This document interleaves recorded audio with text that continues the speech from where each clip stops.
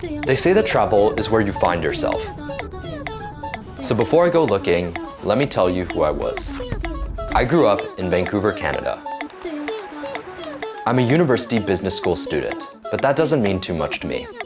What I actually do is make videos. The last thing that I want to be known as is someone just good at corporate video. I'm not like an LA Hollywood aspiree, nor am I a famous influencer or growth hacker. I probably would have sold my camera by now. I make videos that companies are willing to pay for. And I ride the storytelling buzzword for what it's worth. It's satisfying seeing your work get better, which is why I kept at it. I got to travel, leave school for a bit, work like a dog in San Francisco as a real professional. It was the first time I was judged entirely by the work I delivered, not the hours I worked. Pretty soon, I saw a pattern emerge. I'd procrastinate the entire day until 7 p.m., and then I would lock in, work through the night, and by morning, the client would have exactly what they asked for. That schedule worked, so I built my life around it. Like how I go to the gym first thing whenever I wake up, or how I walk and listen to music everywhere before I lock myself in my room at night. And at night, when I want to avoid work, I can be quite happy being alone.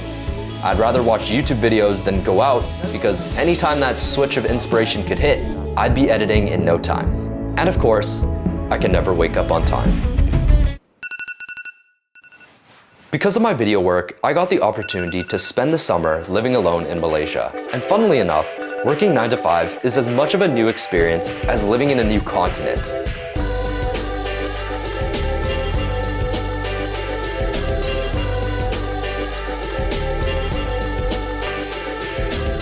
Waking up is hard. Getting videos done before 5 p.m. is far from compatible with my old working style. Exercising doesn't hit the same at night. And turning off after work, which was supposed to be the best part of the 9 to 5 routine, has started to become near impossible. I feel so slow and lacking of inspiration during the day that I've resorted to borrowing hours into the nights and weekends in my dorm room to get videos done. Some things don't change, I guess. Because for the last year, and maybe even longer, my creative process wasn't really a process. It was built around my ability to scrape by deadlines. Doesn't help that I'm on a niche university campus where there isn't anything nearby, and the city itself isn't walkable either with the highways, traffic, and the heat. So getting fresh air has also been a bit tough. For almost 2 weeks, I started keeping score. How can I bring back that momentum that before kept me focused? What have I been missing? It's been about 1 month since I started living here. And this song that you're hearing right now is not only a song that I have on repeat, it's also a constant reminder of the most important lesson that I've learned here. I recently heard this song 2 weeks ago in a gym playing pickleball with some of my coworkers. But the first time that I heard this song was actually when I was a kid. I don't know the context of the song, I don't know who this artist is. I just know that when I was 4 or 5, my dad put the song on a playlist that he would play non-stop in the car every single day on every single road trip until me and my sister got old enough to ask for the radio. And while this song, When You Say Nothing at All by Ronan Keating, isn't exactly memorable, and I went on to forget it in favor of other artists like Michael Jackson, ABBA, and Weird Al Yankovic, when I heard this song on that pickleball court, I immediately remembered all of those moments vividly. It's that song that held a small part of my childhood that I hadn't even heard in 12 years. That's the transformative moment that made me realize why I'm living here and shaking up all that I have known in North America. For those first 2 weeks, I listed all the things that moving away has taken away from me. But none of those things were actually me. A lot of it were just habits. And for the things that mattered, I found I expressed myself in new ways. I struggled to listen to music because I lost a lot of the long commute times that I used to have.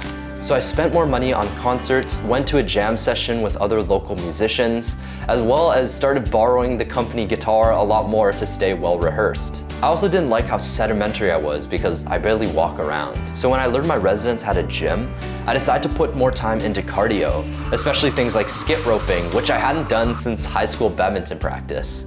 I even joined my office's run club, despite the sauna-like conditions. I've tried a lot of food, said yes to a lot of new experiences, actually bought clothes, and just feel a lot more willing to approach and meet new people. You could say that I discovered myself here, like how I rediscovered this song, but I don't think finding yourself works the way people say it does. To me, it's like writing a great character in a story. And character isn't interesting because they never change. It's those arcs and obstacles where the hero pushes boundaries, makes mistakes, learns lessons, and triumphs over their weaknesses that we say, oh, that character is not just consistent, but dynamic. And much the same, putting yourself in uncomfortable scenarios are what allow you to see more shades and colors of yourself.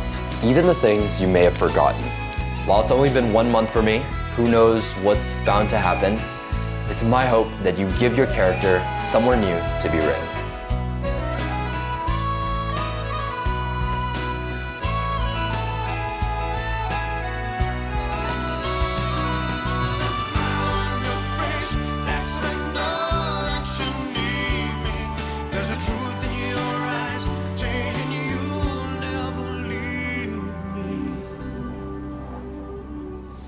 Touch of your hand says you'll catch me wherever I fall.